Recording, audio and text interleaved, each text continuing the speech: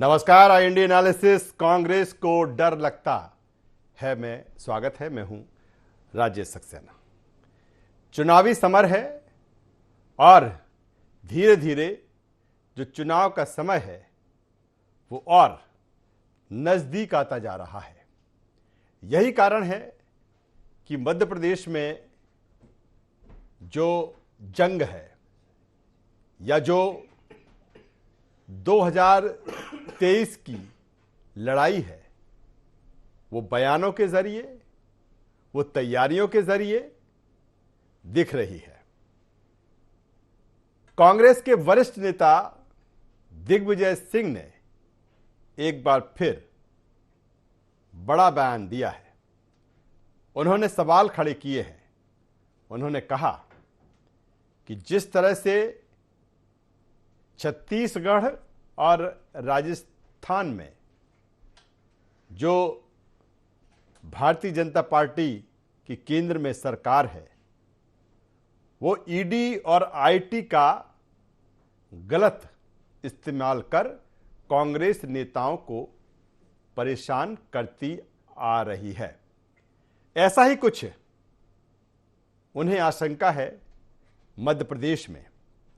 वो कहते हैं ईडी आईटी के शिकंजे में सरकार फंसा सकती है कांग्रेस नेताओं को। दूसरी तरफ उन्होंने कहा कि मध्य प्रदेश में अलग अलग जगहों पर इनके ऑफिस भी खोले जा रहे हैं जिससे कि चुनाव के वक्त पूरी तरीके से कांग्रेस नेताओं की मोर्चाबंदी की जाए। इस पर भारतीय जनता पार्टी ने पलटवार किया है। कहा है कि चोर की दाढ़ी में तिनका। यह भी कहा कि दिग्विजय सिंह इस तरह के बयान कोई पहली बार नहीं दे रहे हैं।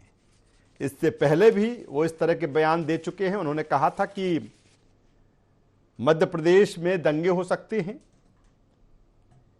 आज इसी पर हम चर्चा करेंगे, लेकिन दो वर्जन हमारे पास में हैं।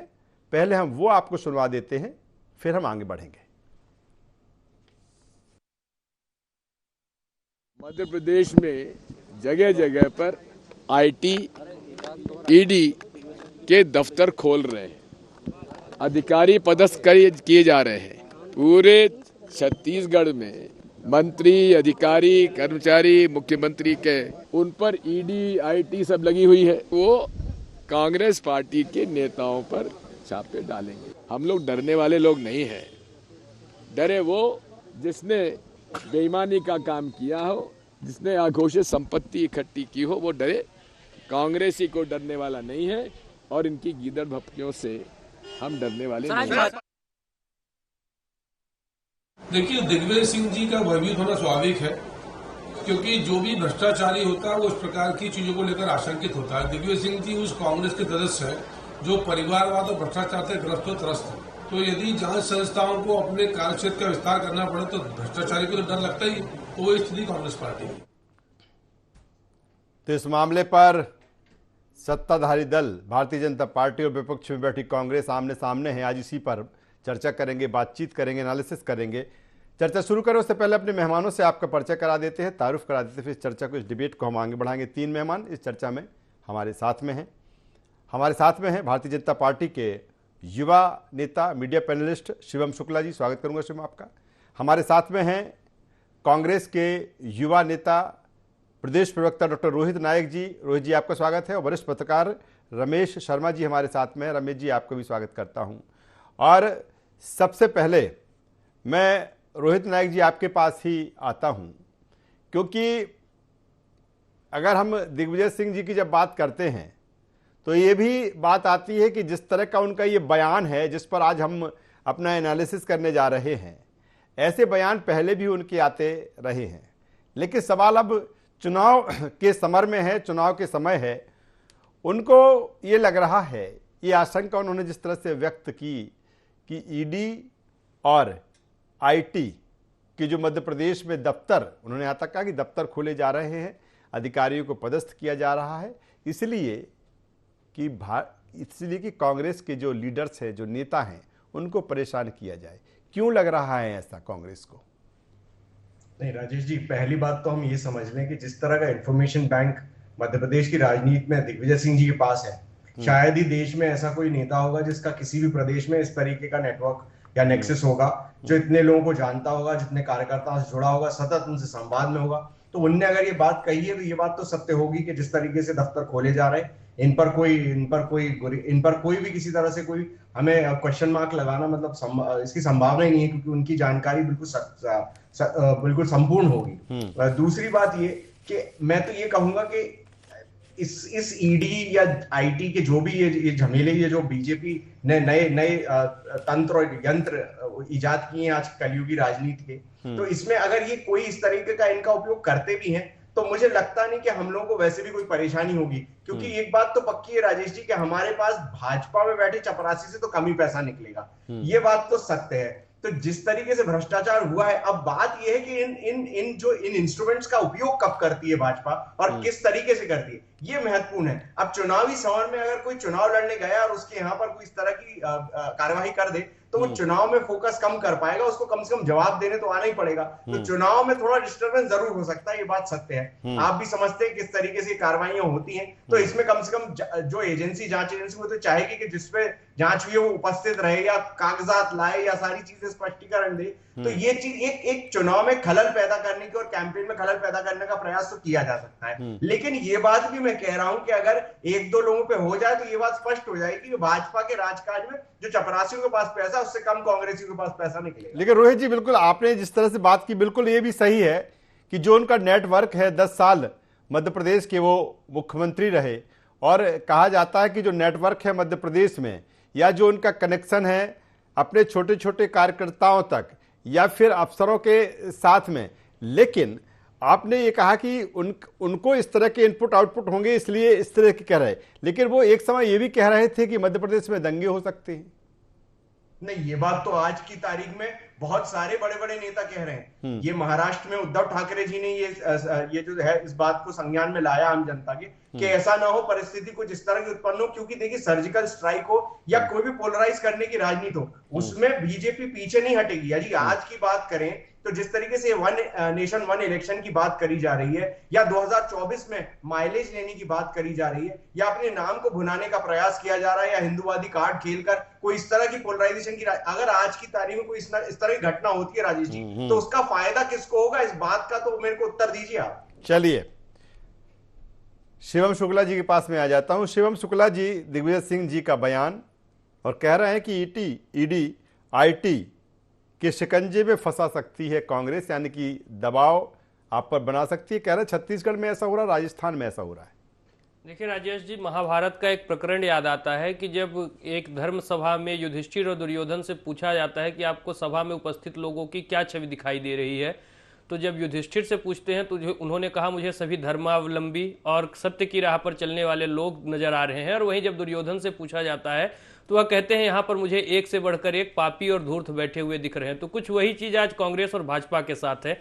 एक और भारतीय जनता पार्टी जहां अपना पूरा ध्यान जन आशीर्वाद यात्राओं पर, अपनी कैंपेन स्ट्रेटेजी पर, जनता के कल्याण के लिए और बेहतर हम अपनी सरकार में क्या कर सकते हैं उस दिशा पर लगाए हुए है, कार्यकर्ताओं को मोबिलाइज करने पर लगाए हुए। वहीं कांग्रेस पार्टी रोज नए नए इस प्रकार के शिफूगे छोड़ करके अपनी पुरानी प्रवृत्तियों को भारतीय जनता पार्टी के ऊपर थोपने का प्रयास कर रही है। ईडी और सीबीआई के दुरुपयोग का काला इतिहास यूपीए के शासनकाल से बेहतर क्या हो सकता है, जब सीबीआई के अपने डायरेक्टर ने किताब में अपनी लिखा कि जो इशरत जहां का केस था उसमें अमित शाह जी के ऊपर किस प्रकार से जब उनको निर्दोष साबित कर दिया गया, उससे तब की सरकार उनके ऊपर नाराज हो गई थी।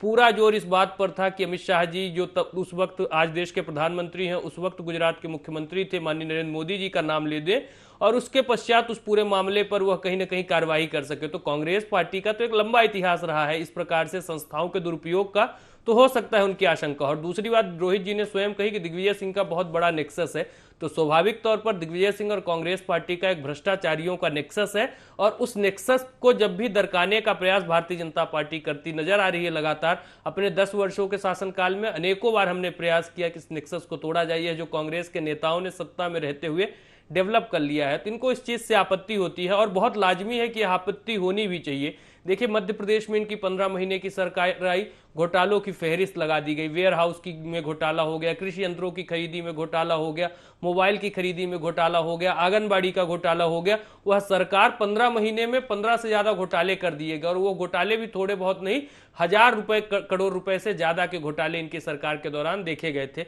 और फिर हम पुराने इतिहास में चले जाएं, जब कमलनाथ की सरकार के दौरान ही उनके ओएसडी के यहाँ छापे मारे गए, तो किस प्रकार से बड़ी संख्या में धनराशि मिली, यह किसी से छिपा हुआ नहीं है। वरिष्ठ पत्रकार रमेश शर्मा साहब हमारे साथ में हैं। रमेश जी, किस रूप पे देखें दिग्विजय सिंह के इस बयान को? क्योंकि मैंने पहले भी कहा कि दिग्विजय सिंह जी के इस तरह के बयान लगातार आते रहते हैं, लेकिन जब चुनाव के ऐन वक्त पर इस तरह का बयान आया है, एक बार फिर संवैधानिक संस्थाओं पर जिस तरह से उन्होंने सवाल खड़े किए हैं कि इनका दुरुपयोग भारतीय जनता पार्टी की सरकार कर सकती है।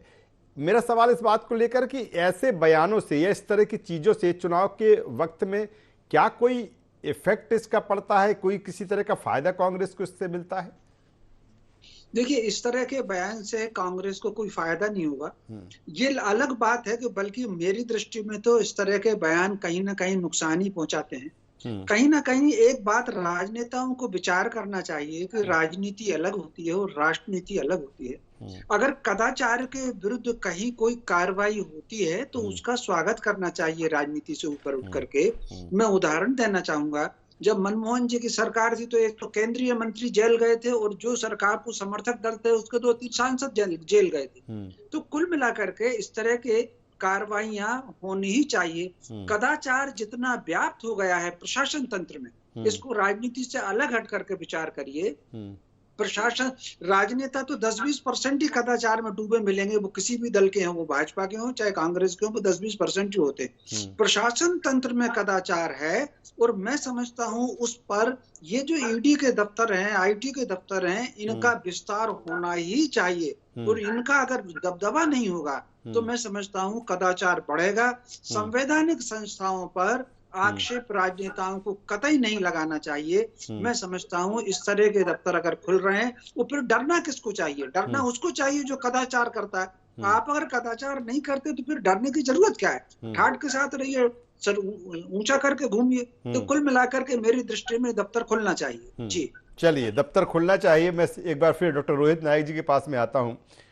डॉक्टर रोहित नायक जी, जिस तरह से कहा जा रहा है कि मध्य प्रदेश में दिग्विजय सिंह जी ने जिस तरह से कहा, मध्य प्रदेश में अलग अलग स्थानों पर जिस तरह से ईडी और आईटी के जो दफ्तर खुल रहे हैं, अधिकारियों की तैनाती की जा रही है, ये तो अच्छा सगल है कि अगर इस तरह की चीज़ें हो रही हैं, जो भ्रष्टाचारी हैं या जो कदाचारी हैं, जिस तरह से रमेश जी कह रहे हैं, उन पर शिकंजा कसेगा। मध्य प्रदेश में तमाम तरह की कार्रवाइयां ये देखी गई, फिर उनको ये डर, कांग्रेस को डर क्यों लग रहा है कि ये सारा कुछ कांग्रेस के लिए ही हो रहा है?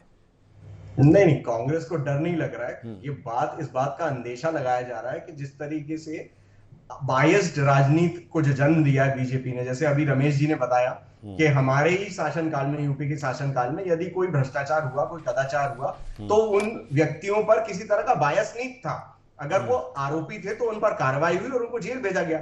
आप या शिवम इस पैनल में बैठ के बता दें, या अन्यत्र पैनलों में मैंने ये सवाल पहले भी रेज किया है कि भाजपा के 18 वर्ष के शासनकाल में कितने लोग दोषी पाए गए? 220 माह में 225 घोटाले करने वाली सरकार कितने लोगों को दोषी पाई? आज की तारीख में कारम में अगर मैं बात करूं तो उस बांध पे जब इनने इन्वेस्टिगेट किया तो बांध तालाब बन गया।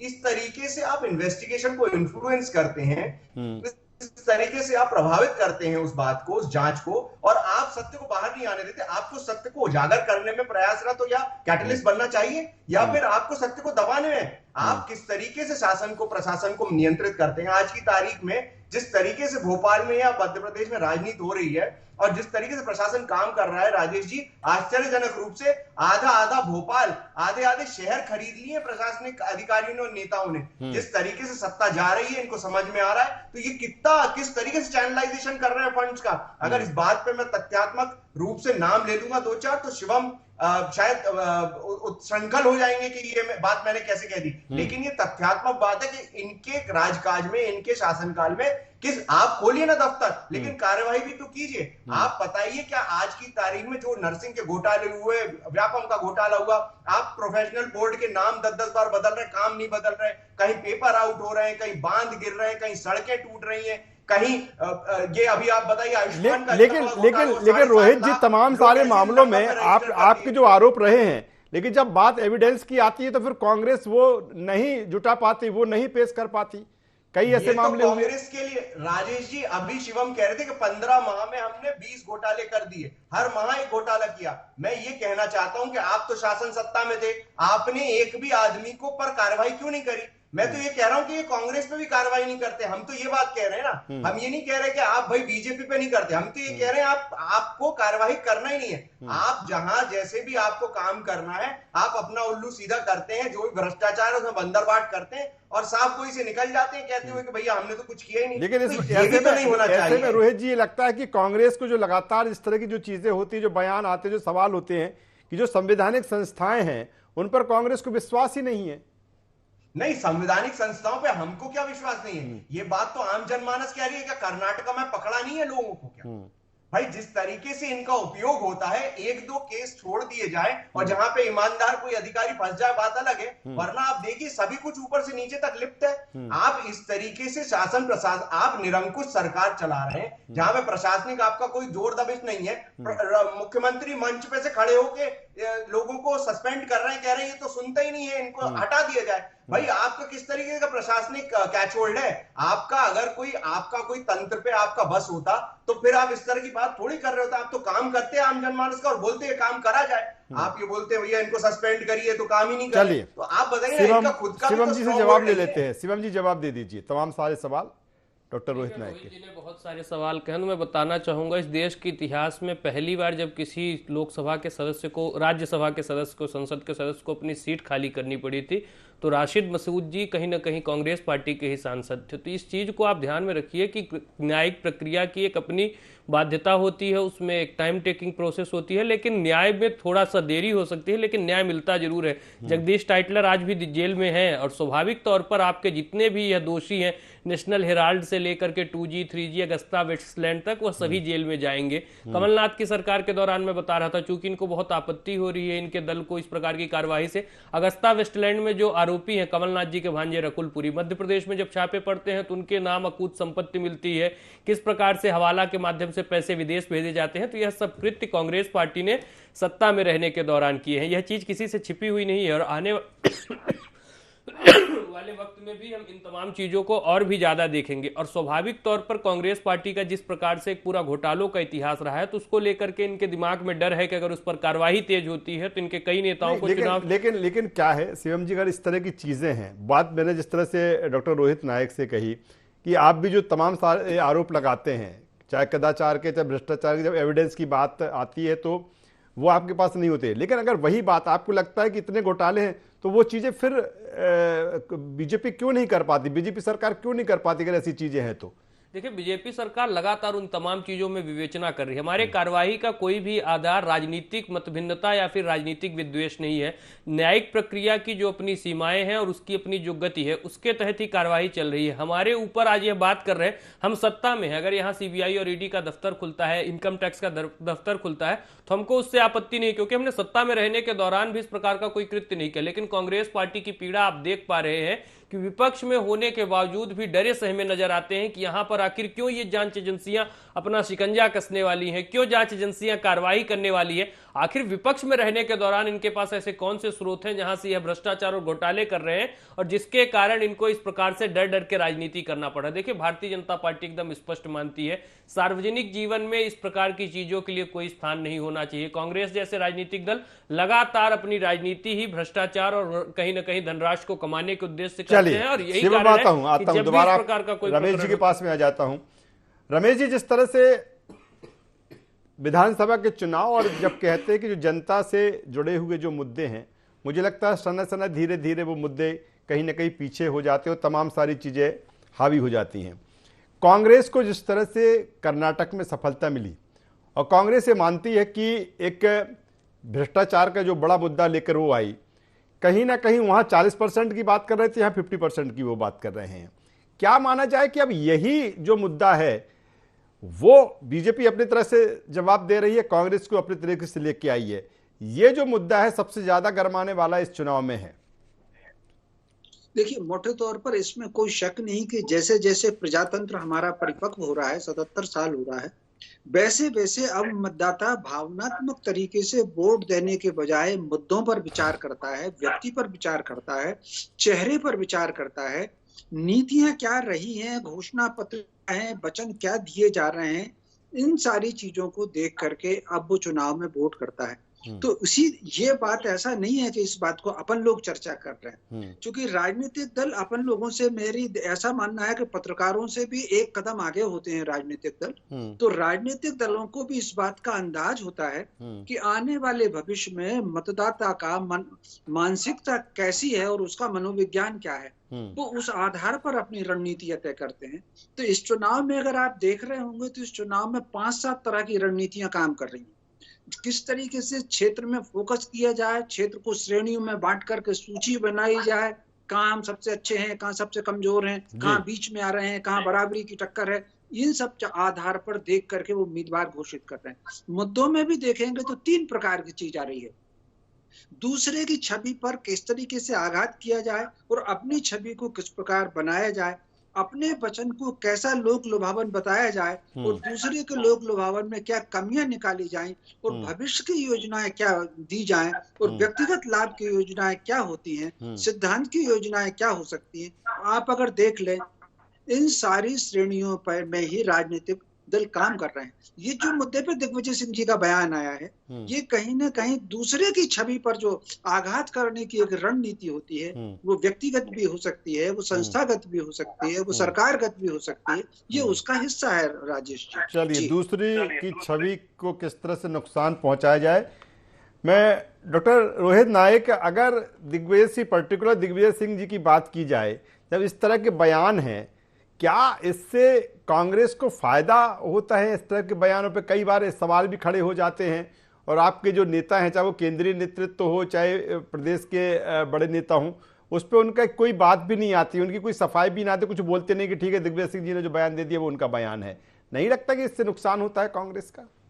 देखिए, निजी तौर पर मैं यदि बात करूं तो बहुत सारी ऐसी बातें हैं, जैसे मैंने बताया कि जिस तरीके की जानकारी दिग्विजय सिंह जी के पास होती है, बहुत सारे लोग उसको कोरिलेट नहीं कर पाते बहुत अंत तक कि वो किस दिशा में बात बोल के चले गए, क्योंकि ज्यादातर लोगों को जब जानकारी नहीं होती तब उनके पास जानकारी होती है। अब जब जानकारी आपके पास नहीं होगी तो आप किस तरीके से इस बात को रख पाएंगे कि भाई उन्होंने कहा तो किस आशय में कहा, किस किस बात को दृष्टिगत रख के कहा। तो इसीलिए सारे लोग, और देखिए निजी तौर पर राजनीतिक जो भी अरीना है उसमें बहुत सारे लोग बहुत सारे प्रकार के बयान देते हैं। आप साध्वी जी का ले लीजिए, भाजपा में और भी कई नेता हैं, मतलब किस तरह की बयानबाजी उन्होंने करी है जिसका कोई आज की तारीख में प्रासंगिक नहीं है वो बयान, ना ही उसका आम जनमानस से कोई लेना देना है, लेकिन अटके हुए हैं क्योंकि भाजपा अभी भी अटकी हुई है जहां से वो शुरू हुई थी। ये तो जो एजेंडे लेकर चले, चलिए एक छोटा सा कमेंट शिवम जी का ले लेता हूं। शिवम शुक्ला, छोटा सा कमेंट्स, वक्त की कमी है जी। देखिए, कांग्रेस पार्टी इन चुनावों में अपनी प्रत्याशित हार को देख पा रही है। यही कारण है कभी जनता को राक्षसी बता रहे हैं, कभी यह लोग चुनाव आयोग की प्रामाणिकता और उसकी प्रासंगिकता पे प्रश्न चिन्ह उठाते हैं, उसकी कार्यशैली को कटघरे में खड़ा करते हैं। और आज इस प्रकार से ईडी और सीबीआई के ऊपर आरोप लगा करके दिग्विजय सिंह ने स्पष्ट कर दिया है कि मध्य प्रदेश के आगामी विधानसभा चुनावों में कांग्रेस पार्टी को आज तक की सबसे ऐतिहासिक पराजय का सामना करना पड़ सकता है। और इसीलिए इनके नेता उसकी एक रूपरेखा तैयार कर रहे हैं कि आखिर डिफेंसिव मैकेनिज्म क्या होगा इन तमाम चीज़ों के खिलाफ। और वहीं भारतीय जनता पार्टी अपनी पूरी रणनीति को, अपने चुनावी प्रबंधन को, कार्यकर्ताओं से संवाद को, जनता के बीच अपनी सक्रियता बढ़ाने में, इन तमाम चीज़ों को लेकर के फोकस है। तो प्रबंधन, रणनीति, स्ट्रेटजी, और जब चुनावी समर है और इस बार कि चुनाव को लेकर जब कहा जा रहा है कि 2023 मध्य प्रदेश विधानसभा का चुनाव कुछ अलग है और अलग अंदाज में लड़ा जा रहा है, ये दोनों तरफ से देखा भी जा रहा है। देखना होगा कि दिग्विजय सिंह जी का जो बयान और इस बयान के जो मायने हैं या जो इसके इफेक्ट इम्पैक्ट हैं आने वाले समय में भी देखने को मिलेंगे। तीनों मेहमानों का मैं यहाँ पर धन्यवाद करता हूँ, शुक्रिया करता हूँ। तो कुल मिलाकर चुनावी साल में बयानों की बयार है, बयानों पर सवाल हैं, आरोप प्रत्यारोप हैं और अपनी अपनी रणनीति है क्योंकि चुनाव है। IND एनालिसिस बस इतना ही। ND24 पर खबरों का सिलसिला लगातार जारी है, बने रहिए हमारे साथ। नमस्कार।